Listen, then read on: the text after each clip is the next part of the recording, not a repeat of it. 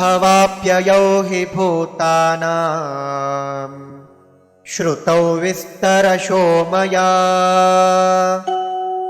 त्वत्तः कमलपत्राक्ष माहात्म्यमपि चाव्ययम्। भव अपि अयौ हि भूतानां श्रुतौ विस्तरशः मया त्वत्तः कमलपत्राक्ष माहात्म्यम् अपि च अव्ययम्। भवाप्ययौ हि भूतानां श्रुतौ विस्तरशो मया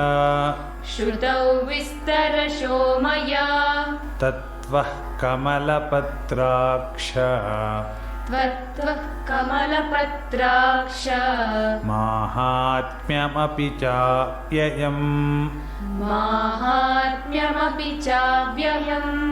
भवाप्ययौ हि भूतानां श्रुतौ विस्तरशो मया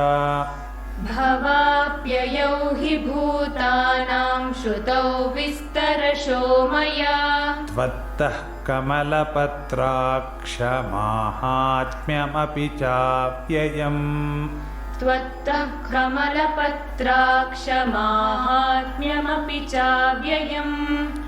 भवाप्ययौ हि भूतानां श्रुतौ विस्तरशो मया त्वत्तः कमलपत्राक्ष माहात्म्यमपि चाव्ययम्।